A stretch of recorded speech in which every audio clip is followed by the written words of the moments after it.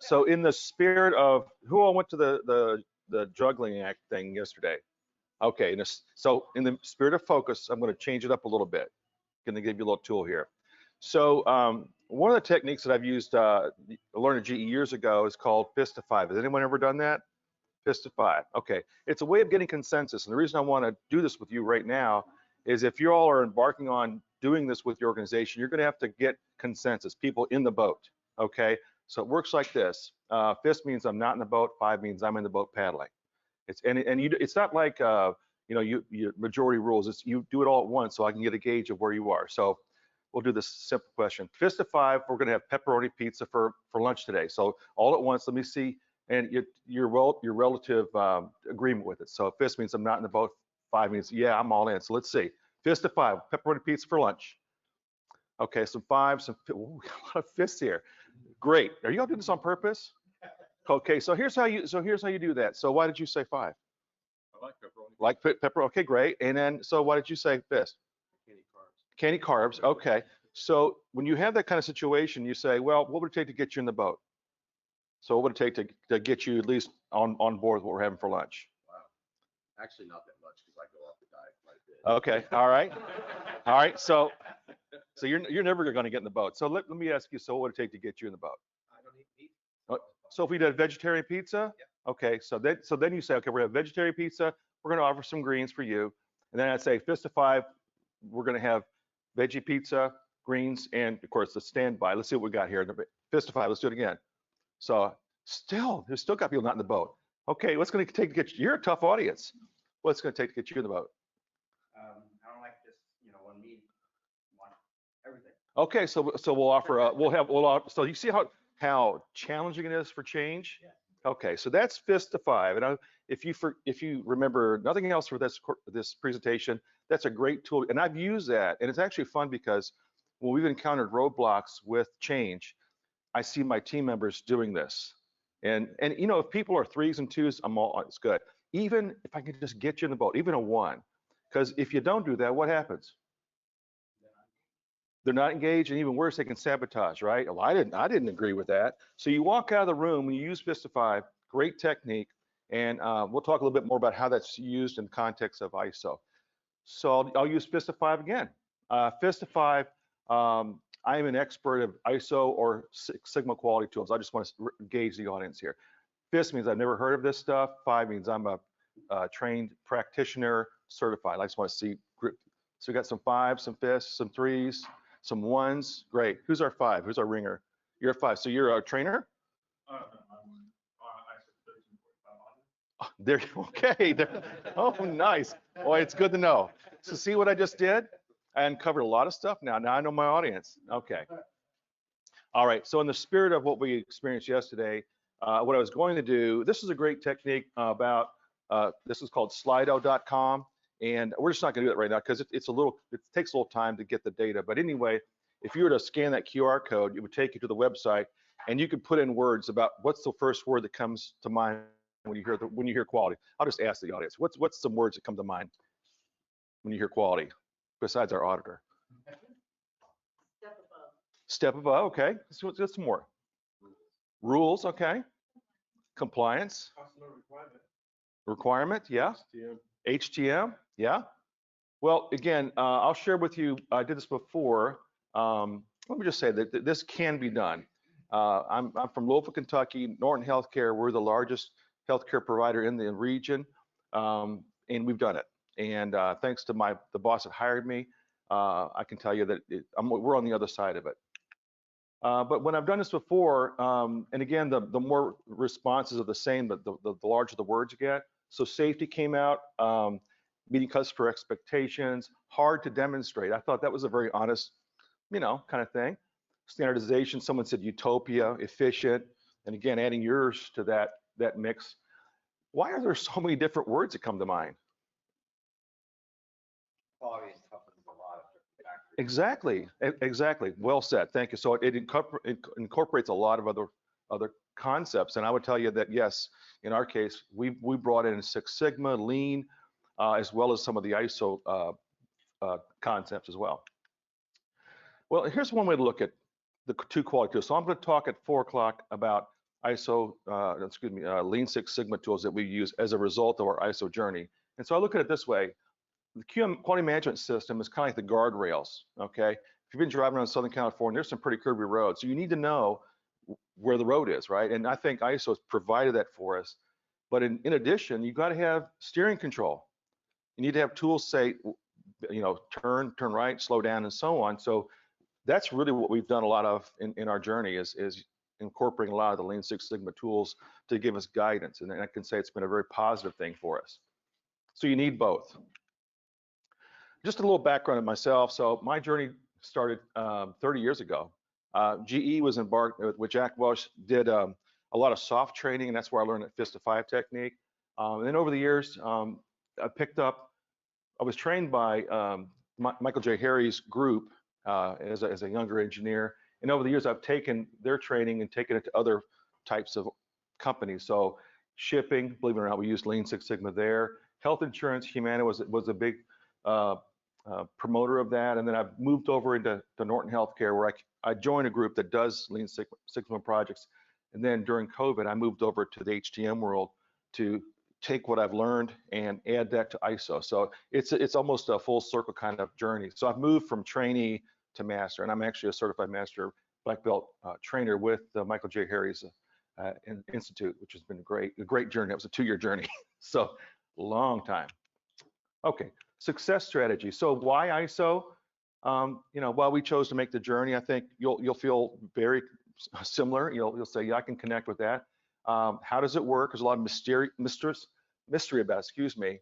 It's a comprehensive quality management system that's designed to improve service quality and value.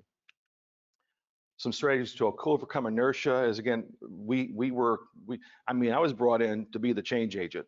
The rest of the group didn't really know where we were going, but they caught on very quickly. So it's kind of like changing the tire while the car's still running, right? And then a couple case studies. So this isn't just about compliance, because if that was all it was, then we would have stopped long ago. But it's starting to pay off dividends. And other folks within Norton Healthcare have come to us to help them improve their quality. I'll give you an example of that a little later on. So it's not just about improving yourselves, it's also improving your customers as well. So why are there two parts to quality? Well, the first on the right-hand side is a quality management system, and we use ISO. You could use other QMSs, and it basically asks the fundamental question: how well are things working for us? And you can use ways, if you're looking at your weight, for your, no carbs, you look at your scale. The other question that's asked with Six Sigma or Lean or other tools is, how can it be improved? Okay. And so you could see, well, I need to eat fewer donuts, fewer carbs, exercise more. So you're trying to understand the right levers to solve the problem. There's no one pat answer. So really you need both for this to work. And sadly, I've worked with companies that focused only on the Six Sigma tools, but didn't have the QMS, and they failed. And I've also worked with companies that had a QMS, but no tools to improve it, and that failed as well. So you really do, I maintain you need both. So here's a question for us all. What if only AAMs were allowed to service medical equipment? Ouch, correct? Not just ouch, like, oh, wow.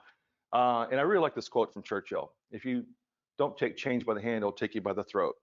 He's kind of a rough guy, but he's probably right. This is just a snapshot of where we are. So I've had 4 kids. 3 of the 4 were born at a Norton hospital. 2/3 of the babies born in the Louisville metro area are born at a Norton hospital. So we are the market leader, and I think that's given us the freedom to take this on, because this is a pretty major effort. We're about 50 members strong across all the different hospitals and support a large number of medical practices. And does everyone have a purpose statement in the organization? Yeah, we do too. And when I first joined, that's as you walk in the conference room, it's overhead. And it's kind of like motherhood and apple pie. You sort of go, okay, I get it. It's all the right words all strung together. So the other day I thought, yeah, I still understand it and I agree with it. And I won't read it to you, but I'll just kind of break it up. So I said, you know what? This actually aligns right along with ISO. You can check me on this. So we maintain and support clinical technology to ensure the best patient outcomes through, and wait for it, risk reduction, continuous quality improvement, stewardship of resources, compliance with regulatory, whoever said compliance earlier, thank you, and then exceptional customer service. So all those tenets are in the ISO 1345 structure. So that's our purpose statement, just reformatted to emphasize it's almost check a box. Yeah, we're doing all the right things as a result of that. And again, I like my two bubbles here. So you have a supplier, and it could be a provider, or in our case, the HTM staff. And that intersection is what I call value. And as long as you've got a supplier and a customer, and there's that value exchange, and that's what we teach at the SSMI Institute. That's really what quality is all about. When you say, what is it? It really fundamentally boils down to that. And an ISO QMS promotes stakeholder value. So as long as we're able to provide what the customers need, and as long as there's a customer that needs it, there's going to be that exchange of value. So it can be done. We just got our official certification January 2nd of this year, I think, and we're right in the process of our year 2 accreditation. So we'll be doing that next month. So what is it? Well, at first I thought it was just this. It's a bunch of records, standard work instructions, a quality system procedures, and a quality manual. We hired a consultant, and he just sort of overloaded me with that. And over time, he broke it down. He says, really, it's a philosophy of risk control, supply chain management, continuous improvement. And those 3 elements really weren't present before I started on this journey with Norton. I can just be honest about that.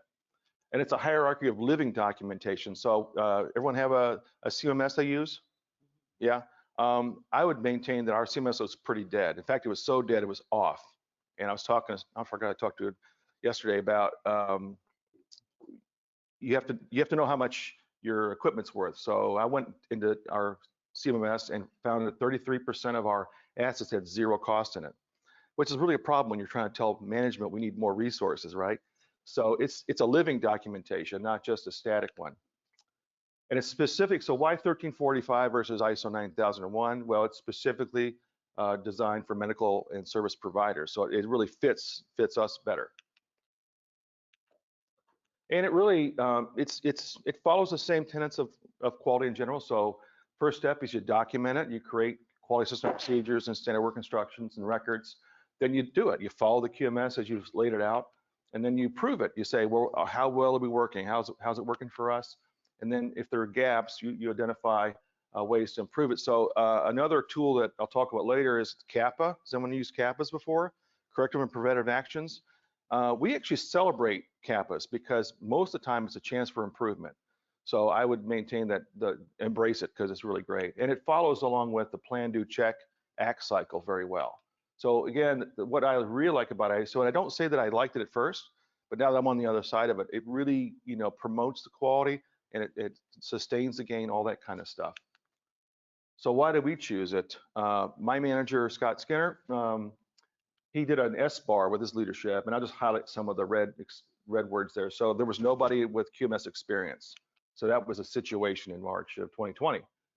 The background was the FDA is kind of moving toward that, and we are an aftermarket servicer, so that sort of fits our niche.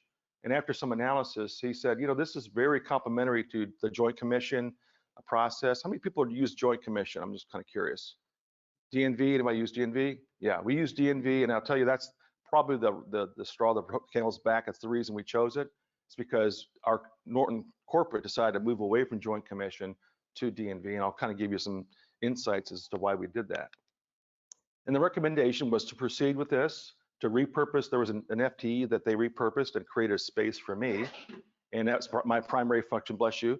And then partner with some consultants to help us get there. And Emergo, we just happened to have a guy from Canada who's been fabulous to work with. During the audit process, he was kind of like my lawyer because there were some times where the auditor was saying things and we're not sure we're on the same page, and he was able to make that connection for us. So I would strongly recommend having that. And it wasn't very expensive, and he helped us develop some of the standard templates, but then we modified it to make it fit our culture. So here's why, the real reason why we did this. We used to use Joint Commission, and which was, the focus is organization of quality. DNV, the focus is the quality of the organization. And what we found, we had a pre-audit with DNV, and it was really strange because people were like freaked out. What's this going to be like? At the end, it was like almost like a seminar. They said, here's some things that you don't need to work on, some things that we saw. We're not here to shut you down. So there wasn't this freak out mentality. It was very liberating. I thought wow, this is really good stuff. And so that was the real reason why Norton has decided to support ISO and go for it, because our small organization, we're about 16,000 employees, 17,000 now. We're only 50, so we're a microcosm, but the corporate has decided to go 9,001 full bore.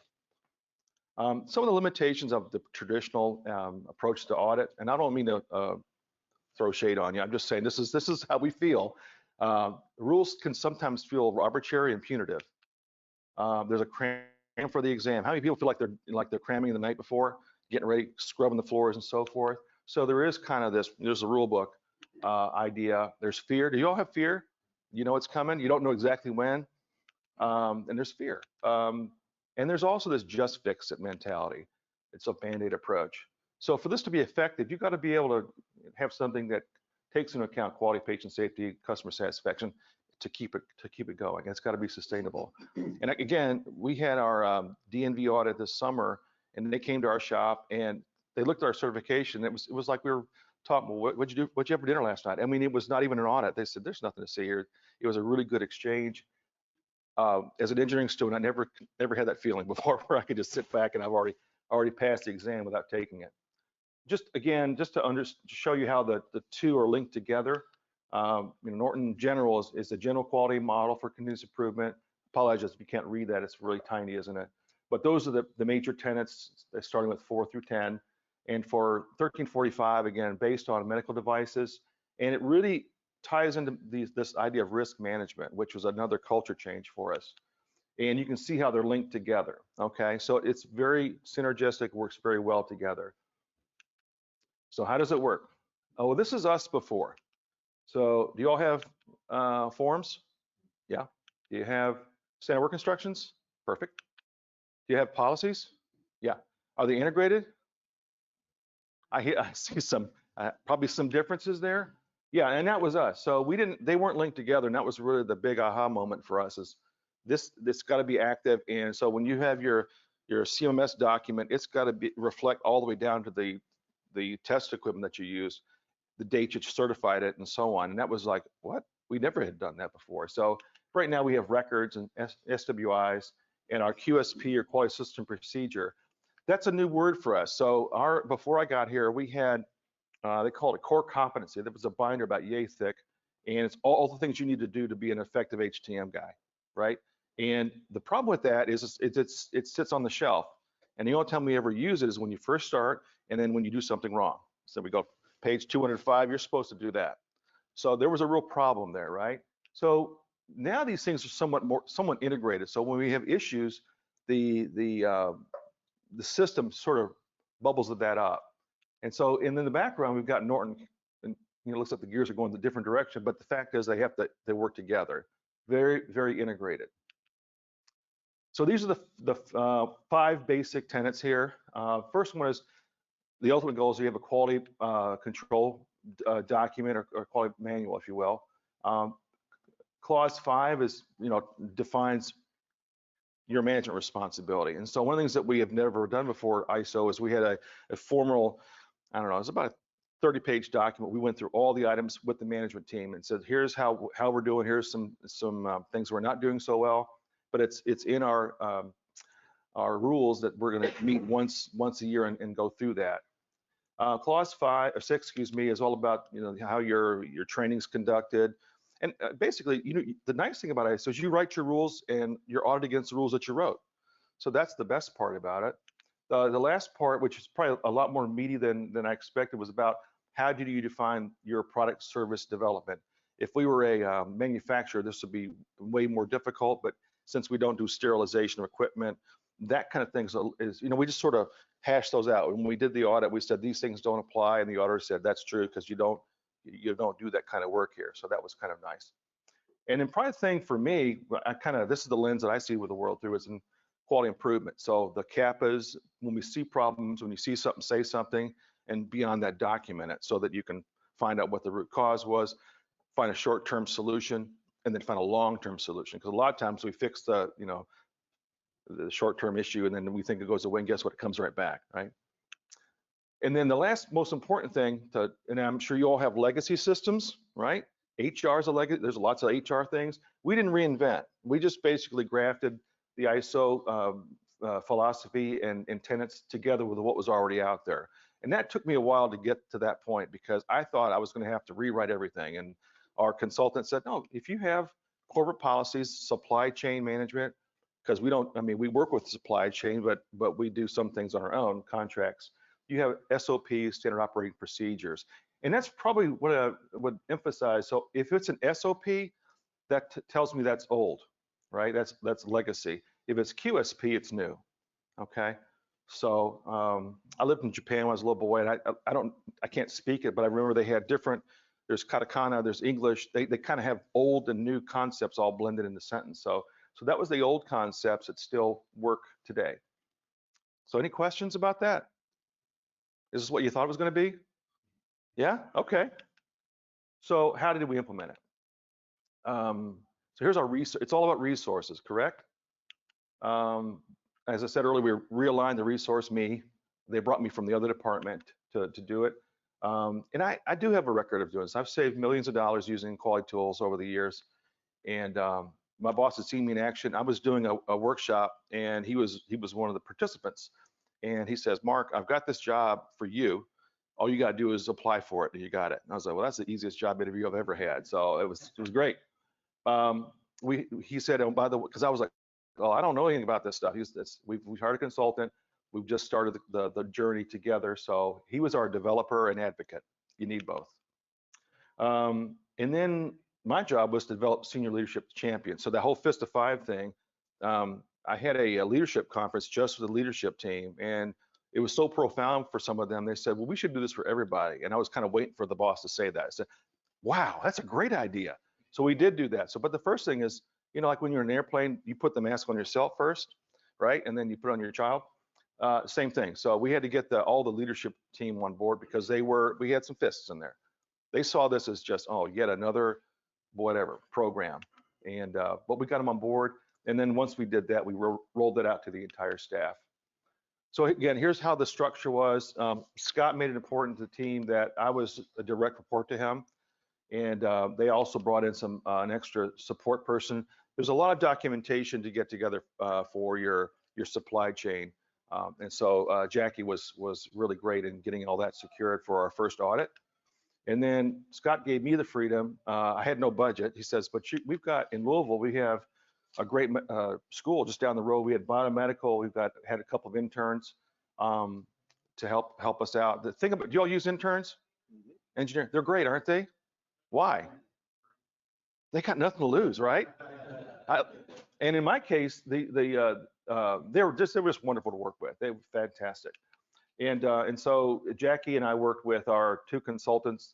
The Emergo was the development side of it, and then Intertech was the accreditation side of it. And actually, Emergo, we said, who would you recommend? They said, well, we give you 3 to work with, and we chose them.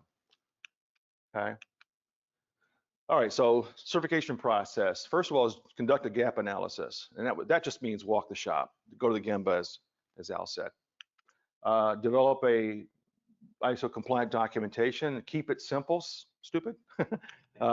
Train the management and the techs and ISO quality tools, just so that, because that was one of the things that they were looking for, is that, you know, it's one thing for Mark Cooksey to know this, but does everyone on the shop understand what we're trying to do here? And that was pretty key. And then work with a consultant to make the processes ISO ready. Okay, yes, sir. Mark, how far do you go down that path of training, management, and tech and ISO quality? Are you trying to make everybody a Six Sigma black belt? No, no. And how far are you going down? Okay, great question, and I'll talk to that. So one of the things that Scott said, he said, can you teach us some of the tools? I said, yeah. You know, as a trainer, it takes about 6 months. He goes, no, you have 1 day. So we went out in the woods. We threw axes. There was the reason for that. You know, you learn about quality there. But I gave them the very, very abbreviated version of quality tools, and we gave them a chance to try. We did Fist of Five for the first time. Gave them some basic change management tools and just a taste of some of the, like we talked about, kappas. So we did it in a day, and then the real training was afterwards. So I would do some one-on-ones with a few of the team members that say, hey, I've got this problem. Should I create a kappa for it? I said, yeah, let me help you fill out the top half of the form, and then let's work together on the solution set. So no, you don't have to do do all that. You can get white belt training, and I'll talk a little about that.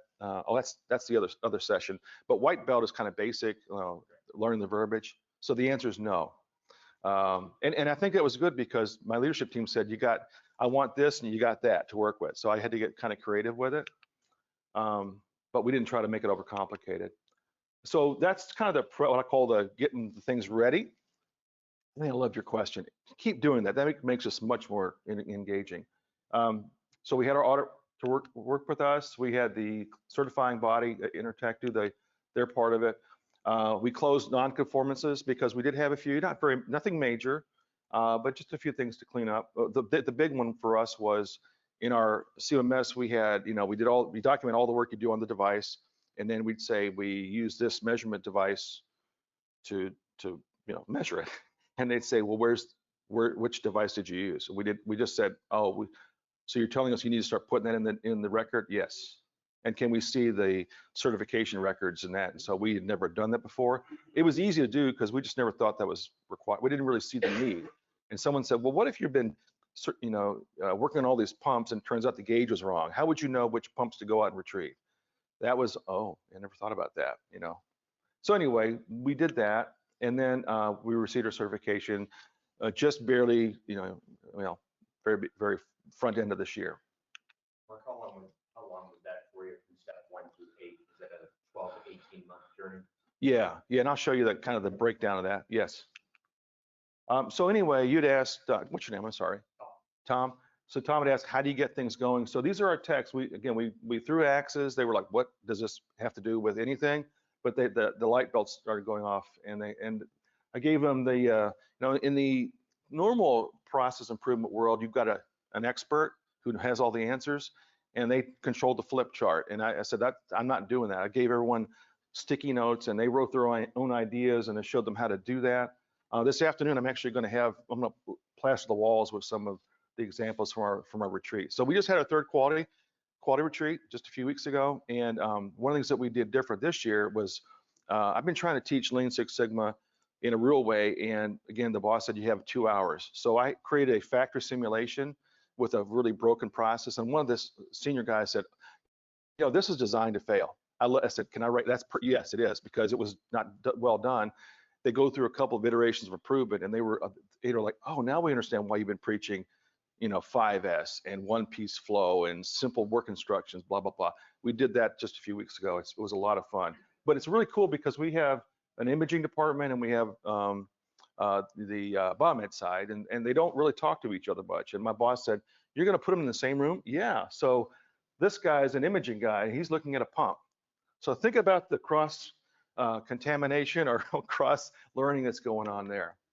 So this is one of the concepts that I shared with them. I said, it's okay when you, this is my daughter, this isn't my daughter, but she reminds me of my daughter. The first thing you have, this is how most people respond to change, right? If I were to ask, tell me some changes in your life, I guarantee you would give me 80% of all the bad things that happen in your life.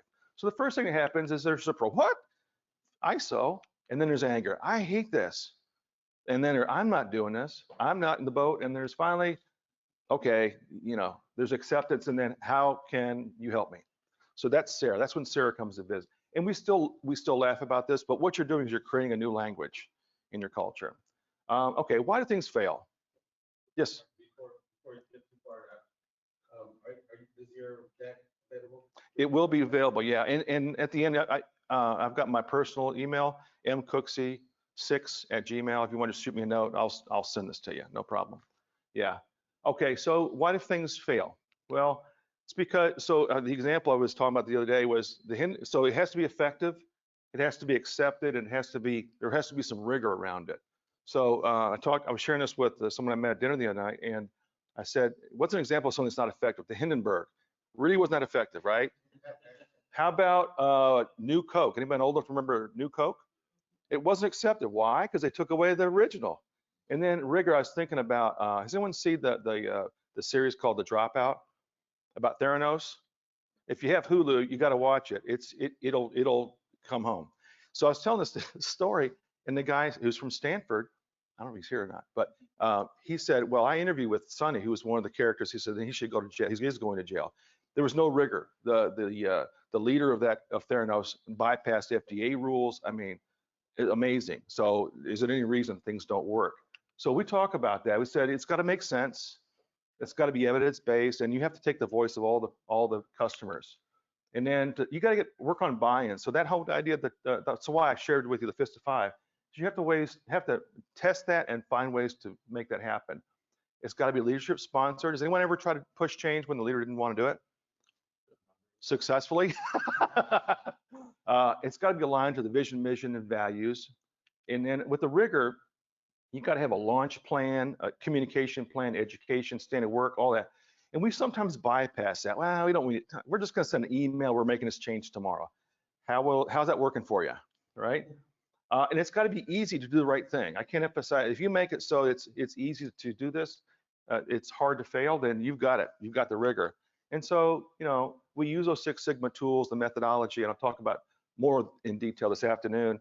And then more importantly, in my book, is you've got to have the right control mechanisms that sustain it. So how many times we made a change, you come back a year later, and it's like it didn't even exist, right?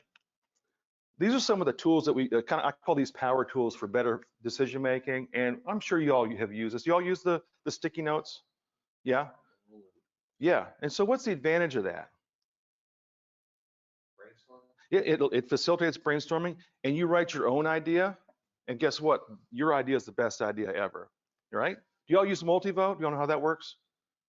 So the way that works, and I learned this from GE, is let's say first you get it, you brainstorm, right? Great, you could fill this whole wall with great ideas. Then you start putting them into categories, and then you give people, I call the Chicago vote. You vote 5 times. So you put your vote, you can distribute on one card or distribute it across the field. And if everybody does that, what happens is you start to get the best ideas bubble up. So multi-votes are a very good technique. Another one is that consensus. So once you've decided on your idea, then you do test it.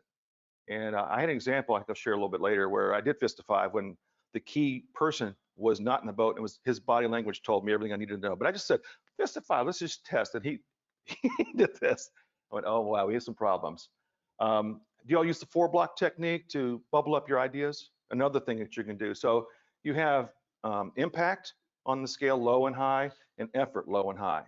And this really helps because the problem with great ideas is you're like, which one are we gonna do first? So this intelligence test, so you wanna do the thing that's easiest to do, that has the most impact. And so that's another great tool. And you can use those stickies, and they're portable. And that's the other reason why I really like sticky notes. Yes? So back in the COVID time, we couldn't get a bunch of people in the room. We employed a tool called Miro, M-I-R-O. Oh, okay, yeah. It's a software platform Sure. that allows you, anybody that's on a Zoom or can use Miro and create sticky notes, pull them around, put them in different places, and do this exact kind of thing. Miro, M-I-R-O, that's great. Thank you for sharing, because I wanted to get, sometimes you get twice as much back that you give, right? So anyway, those are kind of what I call the big 3.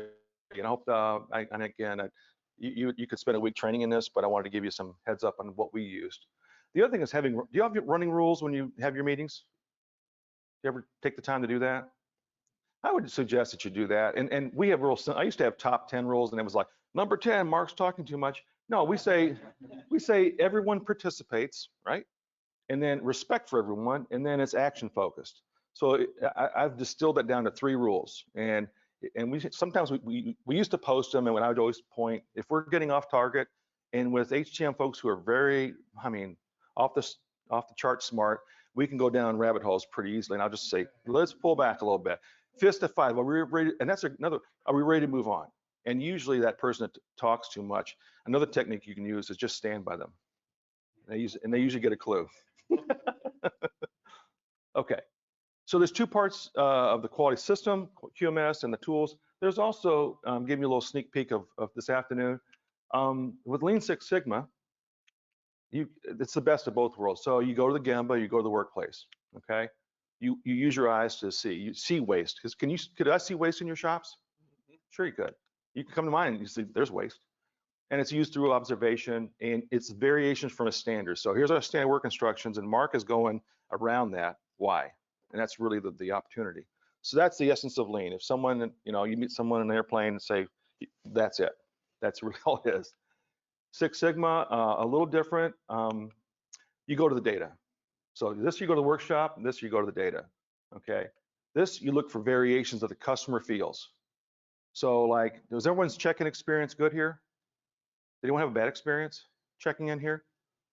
Is the rooms good? This is actually a nice hotel. I will say that there's not a lot of variation in the service. I think it's been pretty nice. But the idea of variation, the customer feels that. You use statistical inference instead of observation, and then you look for how things vary from the mean. So that's it. That's in a nutshell what we teach and preach at SSMI, Six Sigma Management Institute. All right, so who was asking me? You were asking about the timing. Yeah. Yeah, Tom? Yep. Thanks, Tom. All right, so I think that's me. And what you're seeing there is the level of work is going up, okay? And this is the consultant. He came in with, he helped us create a lot of the templates. And then as time progressed, we were checking in once a quarter. All right, so the first thing was assessing the gaps. He was instrumental in helping me understand how do you even ask a good question. My role was to adapt his template to fit our culture and also to get buy-in. And that was why that quality thing, that was probably, this is March and this is October of 2021. Who are you seeking buy-in from? Everybody. Tex. Who you reported into, but how high did that go up? So I worked, like in that org chart, I worked directly for the boss. And so I had to get him on board with. Did it go above Scott? His boss, yeah, he's a system VP, and we work in the IT group.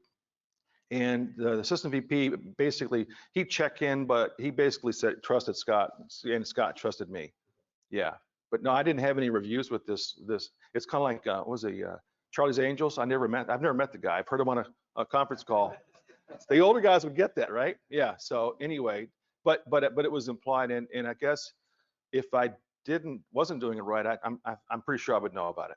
Yeah, great question. Prepping for the audit took another 6 months or so, making sure our documents were up to snuff. Then we conducted the audit, and then we closed out those action items. And then stage one, there's different stages in the process. Am I getting this right? Am I so expert? Okay. Then we expanded the quality management tools a little further. So we started first with CAPAs. Then I've actually branched out and done a little Lean Six Sigma, I call shallow end of the pool. And we're going to continue to build on that and then develop transition plans. So ultimately, we want to be self-sufficient. We're not quite there. We're still using the consultant for our second year on it, just because we've just been slammed with a lot of organizational changes and challenges. Like what we heard in the leadership conference, a lot of challenges with, we don't have enough staff and we have more work to do than we ever had to do.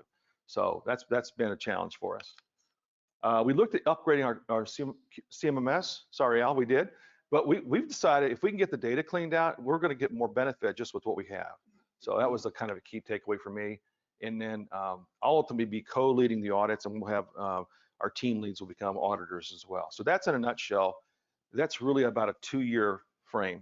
Okay. I could have short-circuited this a lot had I just thought not try to reinvent the wheel. Yeah. As you go through the process, how do you know when to stop and evaluate what you've done so far, or how do you know when to stop going down detail? Because you can keep going small in everything you physically do on a day-to-day basis. When do you stop? Okay, so I'm going to kind of parrot what the DNV auditor told us, because someone asked a great question. Do we have to put a CAPA for everything we do wrong? And he said, well, how many employees do you have? 17,000. Do you think those employees do something wrong every day? He says, you can't manage that. So you use that risk-based approach to say, how serious it is to the extent on the QMS itself or to patient care. So that usually is the natural stopping point, right? Now, once we do see a problem, we do use the 5 whys approach to really drill down to the root cause. So that's been a real interesting change for healthcare. Usually it's, what did Mark do wrong? Okay, he didn't follow procedure. And they stop and they say corrective action, which means I'm gonna coach you.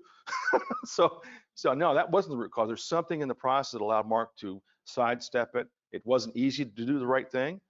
So let's work on that. Yeah, now, did I answer your question? Yeah, risk-based approach. So in our quality system procedures, we actually define the level of risk to the patient or to the QMS itself. So if it has a high impact on them, then we're going to give that more attention, higher priority. Yeah. Mark, can you speak to the scale of your review? I'm just curious, did you focus in on core maintenance, PM, CM, or did you go from truly cradle to grave, right?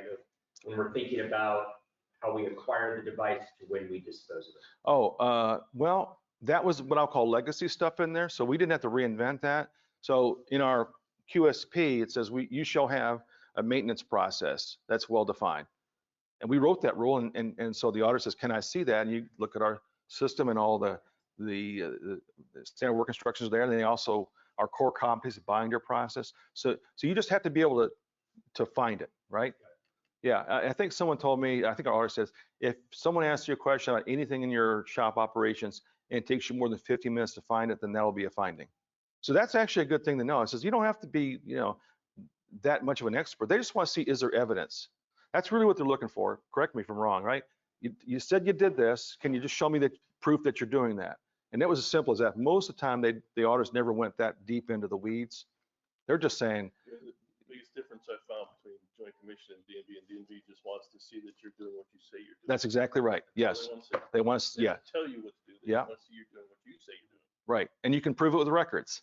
That was the other thing is the accreditation audit. I don't know where he's from, but he'd say records. Let me see the records. A little bit more detail. I think your question actually is dovetail. Did you write this? Because this is perfect timing. So we talked a little bit earlier about I call this the hierarchy of documents. Records, or as my auditor would say, records, work instructions, procedures, policies, and ultimately the quality management. All that does is it cross-references. So our quality manual references the quality system procedure. In our folder, we have each quality system procedure that's applicable. Again, I think about a third of the QSPs that are out there don't apply to our organization. So we just flat out say it doesn't apply. But the ones that we have referenced work instructions, and we also have records where applicable. And I'll talk about that in a minute. How are we doing on time? I have 20 minutes. Okay, thank you. So again, we had to supplement what we had. And if y'all walk out, I'm still talking, I will not be offended. But when the next slide comes in, I guess that's a clue I need to get going. So we had to create some new quality system procedures. And again, I use a different language because SOP was a legacy and quality system procedure, because people were getting confused. Well, do I need to rewrite the SOP? I said, that's defining how you do your work, right? I'm not touching that, okay? Work instructions where we needed to, like the idea of having traceability for your measurement devices, that was a new quality system procedure. So we created a document for that because we didn't have that before. And then the records, again, using our CMS as our primary source of data, was having that, I can't imagine if you didn't have that, you couldn't even do this, I'll be honest. And then the quality manual was just a compilation of all those together, your SOPs, your QSPs, and they're cross-referenced, and that was it, okay? So this is kind of the tote board of what we had to create that was new. And don't get too intimidated because some of the things were just simple one-page documents.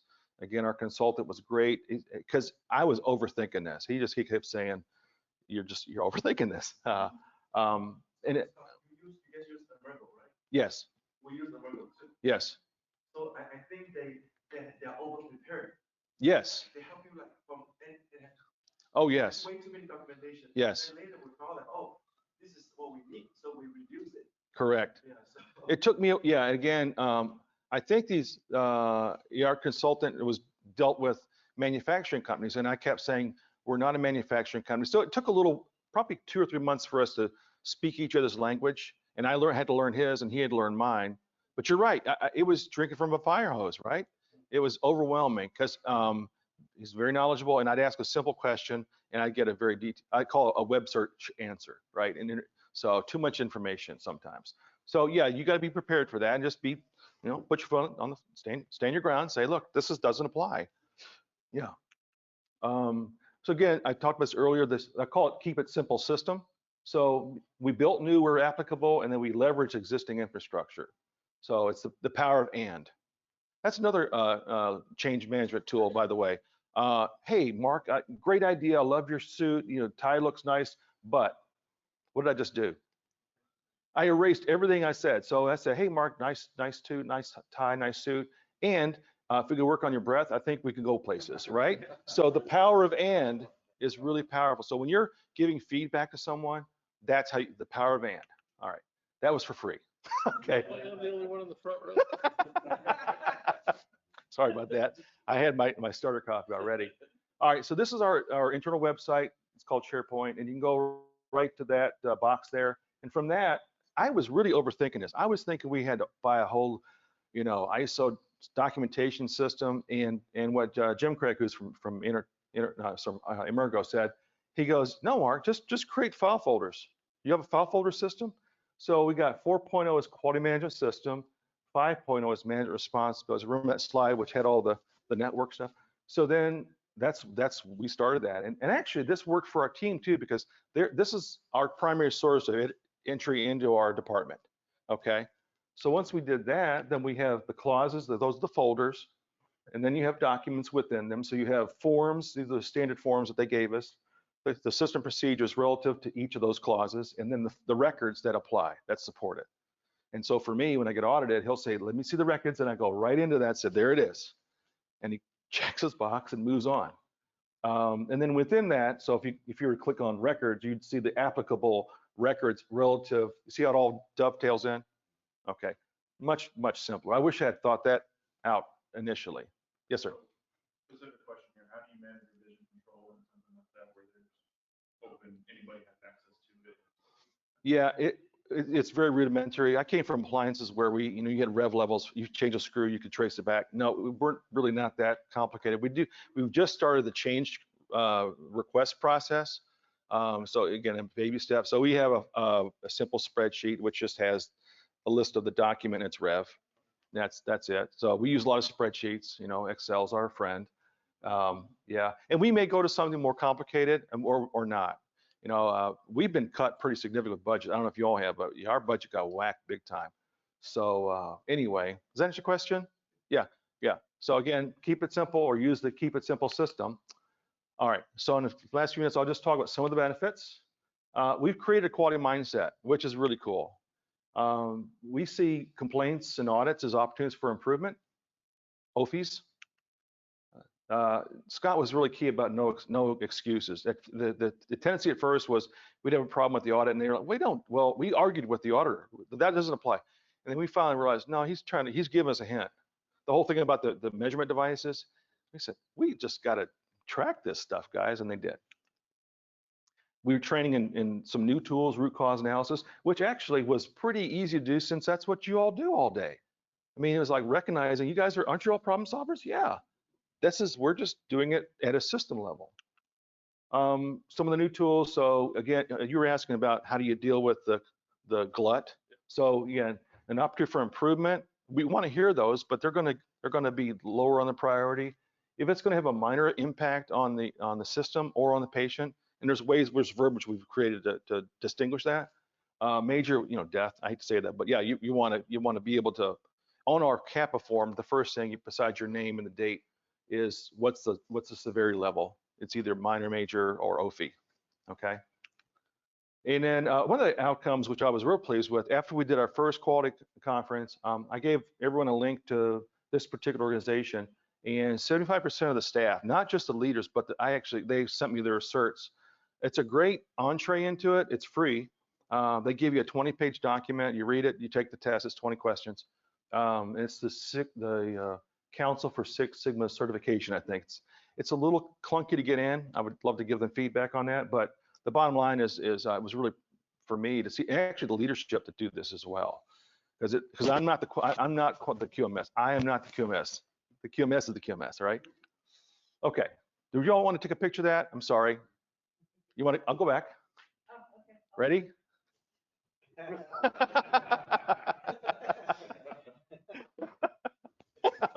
Whatever. The guy with the bad breath. Yeah.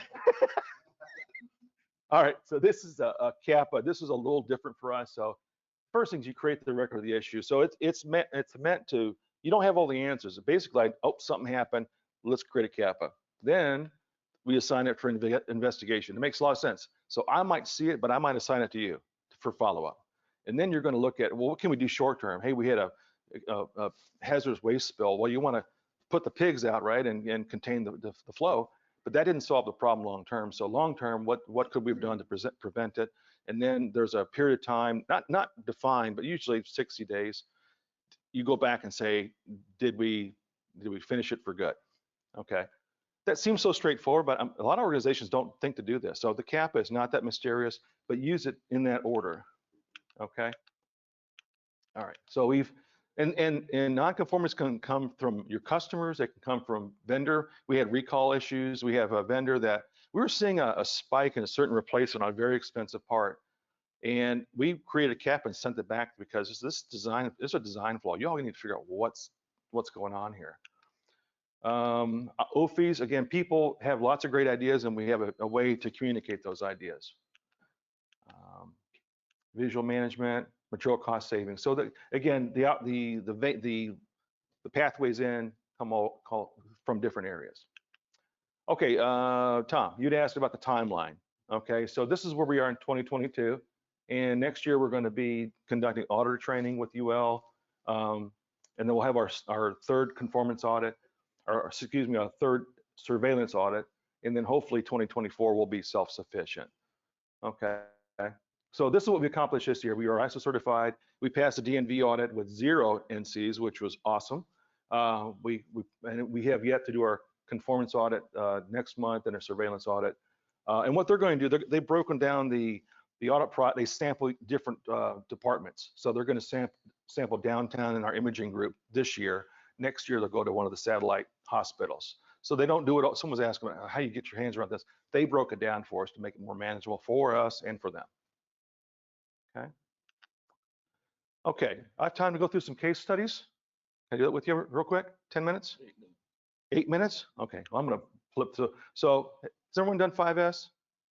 Okay, I'm just going to blitz through this. Katya, she's Ukrainian, brilliant. She's a Rhodes Scholar. I mean, just off the chart smart, pre-med. She did a 5S on her imaging shop, and she's just such an engaging person. Her tell, when she didn't agree with you, she would say, I'm just curious. Very polite young lady, but she worked with a shop there, and I heard that a lot because she, yes, and she always point her pinky at me. I was like, okay, that must be a Ukrainian thing. So first thing, we use a sticky notes. You can see there, keep only what you need. And so she went, and I would coach her. I said, this is on you. I stepped away. I want to see if she could actually be successful.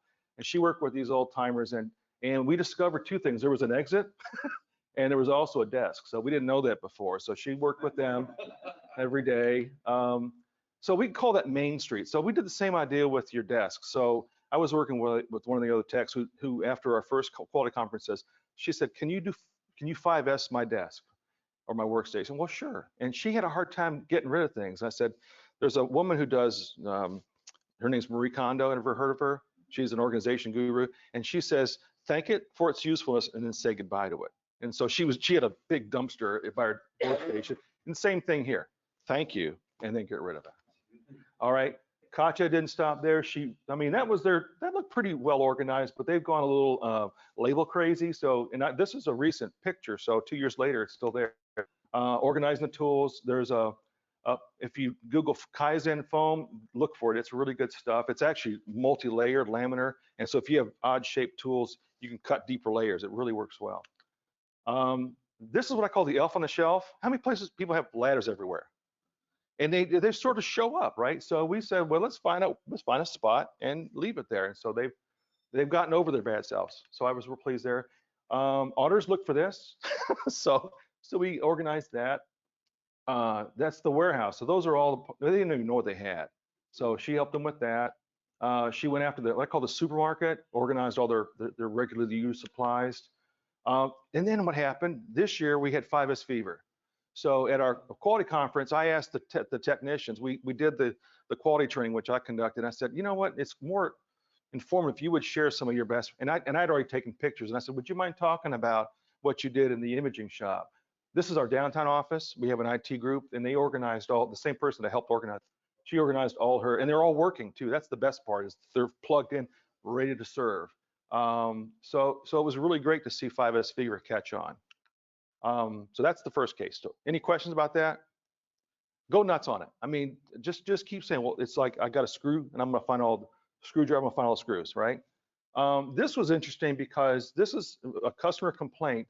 Does this look like your shop where you store your monitors? Well, this was, I did rounding, and the CNO at the time, and I'd worked with her in the past, she said, Mark, you gotta help us. Our nurses, these are always broken. I said, well, we do the testing and we have no defect found.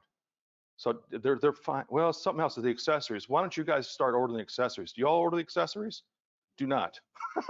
You don't want it, that's a rabbit you do not want to go down. So this is one of those processes where everything stunk. It was bad for the I actually watched a young nurse knocking on the A&M's door because she stored all the accessories and she had gone home for the day, and I could see her like she couldn't have them. We would do endless no defect found calls, right? And then the supply chain wasn't even involved. They were like, what are you talking about? So this is the solution in a nutshell. So this looks like a foot locker. I'll go a little bit more detail, but the beauty in its design, and I didn't come up with it. Actually, it was a collaborative effort, and I'll zoom in on some of the details in a second. We used all the tools in this particular activity, and I'll talk in more detail about how we did that this afternoon. If you're coming at 4, start your drinking early, maybe, I don't know, before the big party. Yeah. Going back to the accessories, we did not order accessories, but what we did do, we had an internal website for clinical engineering, and we organized for any monitoring device or anything that had accessories. We listed out the correct accessory with a picture of it and the number. It did 2 things. First of all, it ensured that people would order the right things for the monitors that they had, and it drew them to our website. And over time, we added other things of value to our customers. It was a great way to do it. You're right in our solution. So I'll go into more detail. Thank you, Al. So first thing, again, following the process, we gathered data. We did fist to 5. The gentleman in the center, we said, how well is this process working? He went, he didn't hesitate. We did what's called a rapid cycle event, and that's what I'll talk about this afternoon. Getting buy-in was key because you had multiple constituents, nurses, nurse managers, supply chain, us, who all had different agendas. And then we piloted the solution. So that's, I'll zoom in on that in a minute. So that's the process. So this idea of risk management, we applied to the solution. So at a PPE level, you have to monitor. So our website, we had a website, but no one ever bothered going to it. They didn't want to. It was too difficult. So then they said, so the nurse managers had their own stockpile. They had $700,000 worth of accessories stocked under their desk, if you can believe it. 17 individual locations, because there's 17 units. So they said, well, why don't you guys manage it? We're like, no way. And then we said, well, why would supply chain manage it? Guess what they said? No way. So then we came up with this kiosk, this Kanban kiosk, and look what happens. You go from a very poor control process to a very easy to do the right thing process. Okay, so that's applying the risk control hierarchy. So you want to get to that point where you eliminate the issue altogether and you have much better control. So this is what we call a closed loop system. So that's one floor has this. They have badge access as a camera, because someone asked, well, how do we control theft? Well, it's pretty easy because you use your badge to scan in and there's a camera over the door. But the clinical staff pulls and it's open 24/7. And then there's a local, what I call a warehouse just around the corner that has more than just accessories. It has other things that supply chain wants to take care of. And then you have a real simple check sheet. We thought this was going to be a full-time job for a person. It turns out we're looking to expand to the other hospitals. It takes about 4 hours a month. It's really slick, and they're so proud of it. And I am too. One of the nurse managers who emerged as our sort of leader, he says we need to write an article about this because it works so well. I don't know if I want to take time. There's 2 videos. This shows you how easy it is to access it and how you restock it. But bottom line, so in the center there, it's 5S. So we see the zip tie. That was the aha brilliance, because when the auditor comes in, if she sees a zip tie, she doesn't touch it if it's still on there, right? And as Al said, the biggest issue we had with these things is we spoke 3 different languages. Supply chain talks about where is the part located. That's at 5J, whatever. 5J6. That means something to them, nothing to me. Supply chain has a different, they call it something else. And the nurses call it something else. I'll call it the TP accessory. They have their own code, right?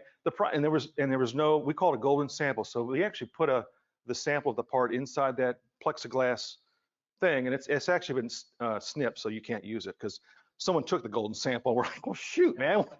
So we had to fix that. But the bottom line, as Al points out, is all those the 5S visual management was really key, and everyone loves it. The nurse, and so we're trying to convince again that ear model. We had a meeting a few weeks ago with the other hospital, and one of the nurse managers said, well, how do we control the cost? And the supply chain says, well, there's a camera over the door and you're badged in. If we see someone, scarfing these things up, we will know.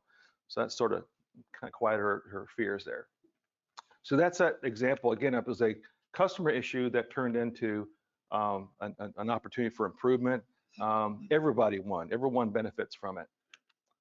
And this is kind of Katya, this is her project. She had to present to the C-suite about how did we use the DMAIC process and what were the benefits. So we went from $7,000 worth of stuffed. It was literally stuffed on the desks down to we can manage this with a much smaller footprint with just one location. So what we take back? Am I doing all right on time? 9 o'clock, straight up. Lessons learned. Okay, plan the work the plan, audit the work. Use risk to triage your improvements, and all the processes are linked. Okay, actively linked. All right. Why now? It supports right to repair. Okay. Closing thoughts. I couldn't have done this at all without Norton's C-suite sponsorship, having the training about some of the tools that we were able to implement, having a consultative advocacy, having the ISO auditor certification, and then I think more importantly is having this idea of evangelism with MD Expo Amy. So there's a real need for this. So I'm real excited, and I really appreciate you all's interactive. This is wonderful. Thank you. So the case study I would like to see that you don't have up there is where did Scott find money to do all this project as assistant director? That's a good question. Well, like I said, 2 years ago, well, you know what happened? I have my own theory, but I think, I came in right at COVID. So we shut down all operations. We got funny money from the government. So I think we were flush with cash. So, and I was, as far as the organization, I was a head count.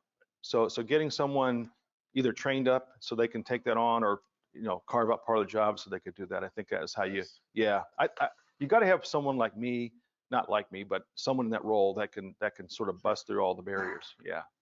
All right. And I think I'm done here, but so now you know a little bit about it. Are you holding your hand up or just resting? Oh, okay. Sorry. Your company needs this. It supports your right to repair.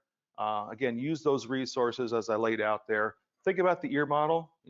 Assess how well is it effective? Is it accepted? Is there rigor around it? And then lastly, talk about the benefits. We all want a quality culture. We want to be able to provide services for our customers, right? And I really do believe that ISO quality systems actually support that. So, and that is it. Again, you all have been great. I really appreciate it. Yeah, if you want to hear more in the afternoon, please come. Yep. So, Aaron, Lean Six Sigma with ISO 1345, generally when you start adding process, slow down your process, right? But Lean, do you see any efficiency or productivity gains through the process for your team long term? Yeah, so he's asking about, does this add complexity? And the idea is it should remove complexity, right? We're using data to uncover complexity. And we've never used our CMS correctly. I'm learning that now. So I'll give you, I think I talked about the fact that we had lots of missing data. And when Scott went to beg for more resources, one way you do that is say, well, how much do you, control? Well, we thought we managed $250 million in assets because that's what was in the system. Turns out a third of the assets had zero cost in it. And so that's where I was using my tools to say, hey, and where were they? What, pumps was number one. Got that fixed. So now we go back to manage. We manage $500 million. So that number is quite a bit larger than that, right? But the idea that I think where Lean has a lot of opportunity is 5S is that's our baby step. So we're gonna milk that for all we can, and then once we've got that sustainable, then we're gonna start using some. I've used some statistics on a few with some of the leadership to understand how they can uncover issues. You know, we're using Pareto charts now. We never did that before. You know, using chi-square to say, here's group A, group B. Is there a difference, statistical difference? Can you prove that it's better? That kind of thing. Yeah. Yes. What do you think the secret sauce is for the sustained piece of climate? Because I think, and I'm glad you're sitting next to him, because I think the audit process. Oh, you work together. Okay. Oh, okay. Wow. A dysfunctional team. No, no.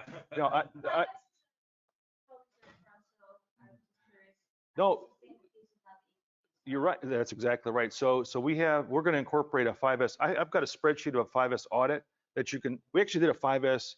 You do this. You score it based upon things are neat, things are sorted, and so on. And you come with a score before score, and then you can improve it. And then that audit. Well, we haven't implemented yet, but that's the future. That's how we're going to sustain it. The imaging department, which was the one that did the whole shop. I call him their den mother. I mean, he is a neat freak, and he's the secret sauce. But I said, we've got to pull you out of the process. We've got to either use the audit, and I think that's what we're going to do is use a quarterly audit kind of thing. And it shouldn't take more. You can sit in the middle of shop and go like this. That's how we're going to sustain it. Yeah. And if you make it, profound like that kiosk, that is, no one wants to go back the old way. So that's not going back to the way we used to do it. That's how you keep 5S going. Yeah. So yes. That kiosk, I'm just curious, like from being in a shop and managing a shop, there's complaints about, did you get any pushback from nursing or nurses about, I have to walk all the way down to this kiosk and grab this one thing and I have to walk all the way back up. I don't have time for that. Well, we said, no, the 5th floor is kind of like the main floor anyway. I mean, there are 17 different locations, or there were. Now there's one, and it's right off the elevator. I mean, another win. It's a final location, and actually the leader that he was like Ray Kroc looking for the right kind of real estate, and he found this closet that was unused, and it was really easy to get to. Yeah. So no, the answer is, would you rather be able to go to 17 different locations and hope that nurse is there to get the part, or would you just rather self-serve? It's a vending machine. There's a lot of that stacking, but it means like Oh, this floor doesn't have it, so maybe put my friend on this floor. Yeah, no, well, right, and that prevents theft, right? Because what we were doing is they were taking the accessory from one device, sticking, and then they turn a work ticket and say it's broke. Well, it wasn't broke. You stole the parts from that. So yeah, we think that's going to prevent a lot of that kind of weird stuff that's going on. Yeah.